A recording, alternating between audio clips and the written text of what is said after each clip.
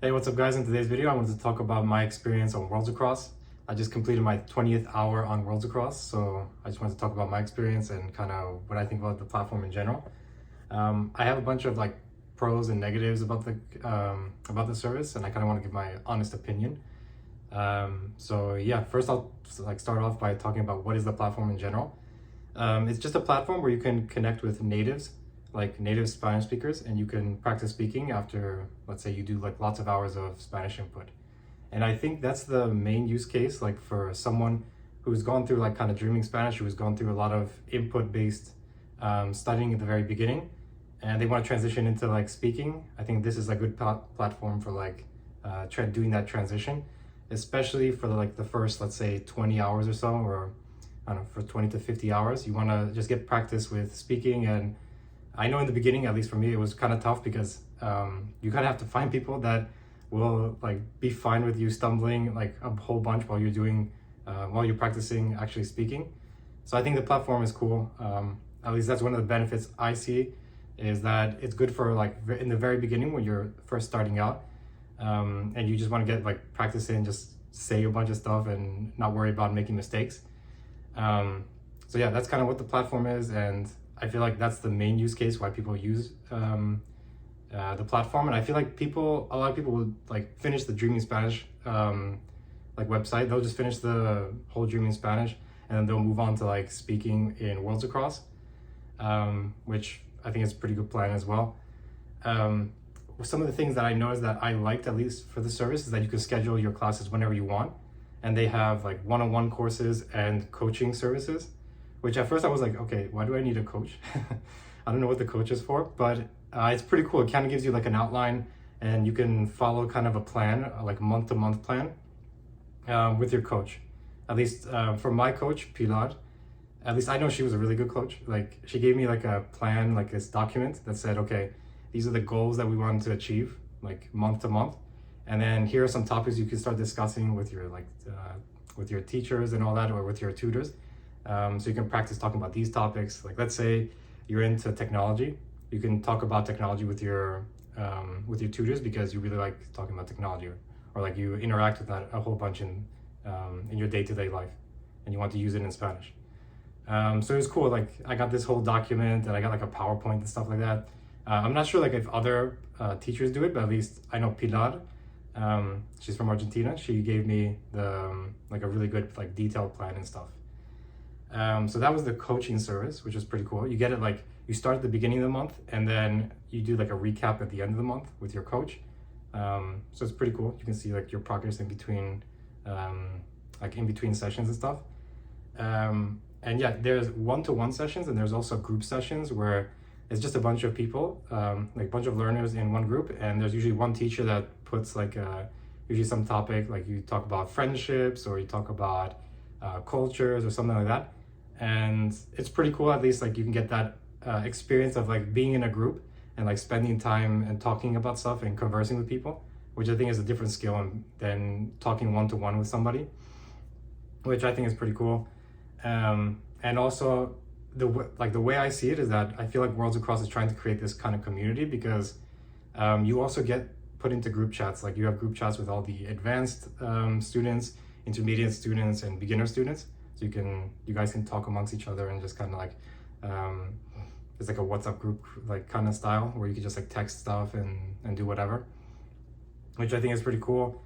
But I think those are the main things that are the biggest benefits, like that the fact that you can just pay for the lessons. You'll take it for like 1 to 3 months, and you'll just get a bunch of speaking practice in the beginning, just to bang out a bunch of hours, because in the beginning like you haven't spoken at all, especially if you did like comprehensible input up until now. So you can just take the program a couple months, and then like get over that kind of fear of like speaking, which I think is pretty cool. It's like I don't see too many other platforms like that. Maybe you can do it on like HelloTalk or Tandem, but you have to like find people that will actually stick with it like for a long time, and you have to actually like make good friends so that you can like talk with them the whole time.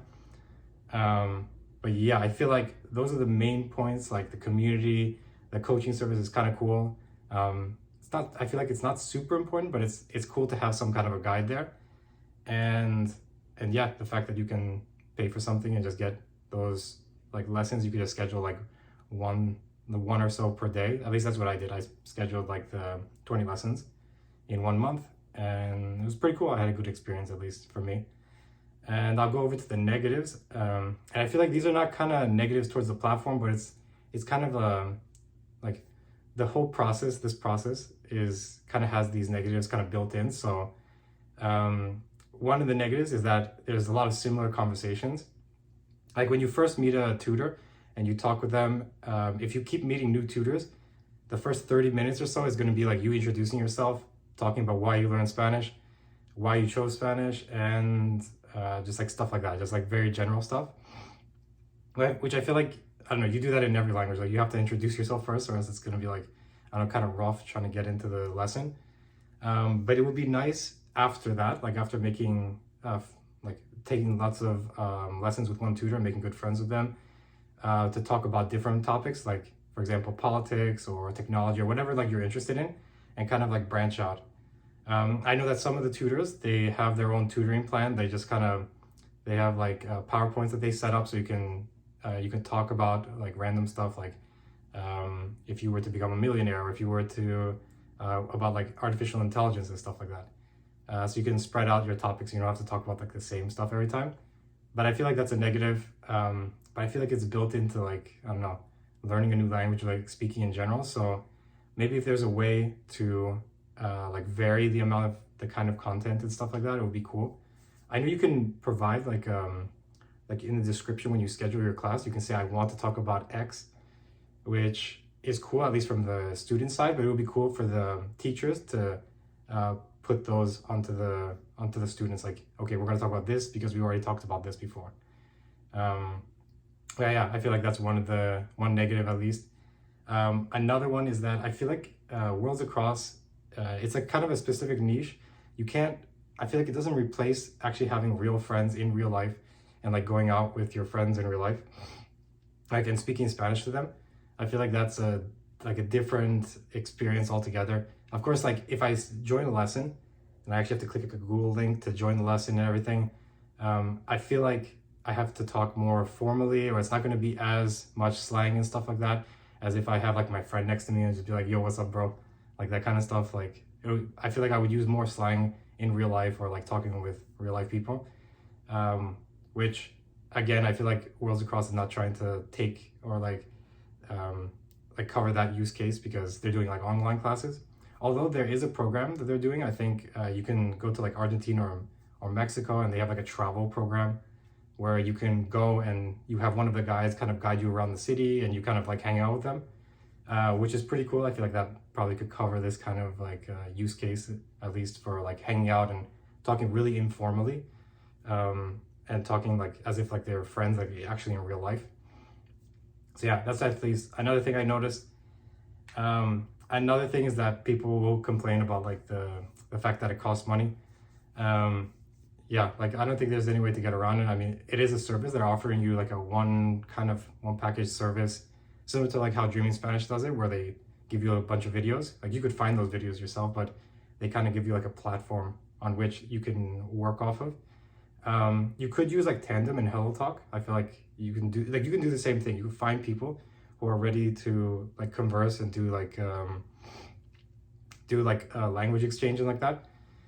But you won't find like a language teacher that is ready to do a lesson with you at any point and at any time. It'll be like a lot more informal. But I feel like doing a mixture of the both is pretty good. Like doing a bit of like having friends and going through Tandem or like HelloTalk and stuff like that, and also having WorldsAcross lessons, I think covers both those bases, like the more formal and more informal kind of lessons. But yeah, I mean, there's not really any way to get around like the cost aspect of it, unless you do it yourself. And I feel like one thing that I would have wanted on WorldsAcross is that if there was like a stats section, like some kind of statistics section where it shows like my profile and say, okay, this person is really good, or we've talked about a lot of stuff about technology. So it has like a bar that says, okay, like your technology speaking skills is like 8 out of 10. And then other different topics that will have like technology, politics, I don't know, talking about healthcare or whatever. just random stuff like that. It would be cool to have some kind of a profile like that, so that way I can say, okay, I spoke and talked about this. I want to practice talking about this other topic now because I'm not used to talking about it. Which it would be cool to have something like that for topics, or I don't know, you have just a profile of like the different lessons you've taken and the kinds of lessons that you like. Like, do you like 30-minute, 60-minute, 90-minute sessions? At least on the platform right now, there's a counter that says how many lessons you've taken, and also a favorite teacher, which I think what they're doing is just taking the person who you've met with the most, and they're just they're ranking them at the top, which I think is pretty cool. But I really would like something like more in detail, like where you can see like kind of a stat breakdown of everything, or at least try to gamify the whole idea. Kind of similar to how there's the roadmap for Dreaming Spanish. You can have you can actually have a visual and see, okay, this is what I have, this is my profile, this is where I'm at, and stuff like that. It would be cool. At least I would use the platform to have some kind of feature like that.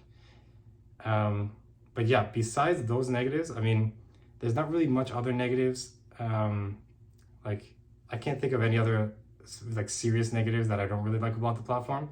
In general, I think it's like a really good platform, and it really helped me at least get out a bunch of hours of speaking. And it's like super easy because you can just plan lessons whenever you want. So at least I like the platform. It was pretty cool. And would I recommend it to people? I would say yes, after doing a bunch of input. And you guys want to practice like actually speaking in the very beginning. But I feel like after some time, it becomes something that you don't really need. So I would see myself like using it maybe 1 to 2 months, and then after that, kind of just making friends and talking with people like in real life and stuff like that. But yeah, those are my thoughts on WorldsAcross. I think it's a cool platform, and I feel like there's still more stuff that can be done. But yeah, let me know what you guys think about in the comment section below. Let me know if you guys have used WorldsAcross or if you guys are planning on using WorldsAcross. And yeah, I'll see you guys in the next one.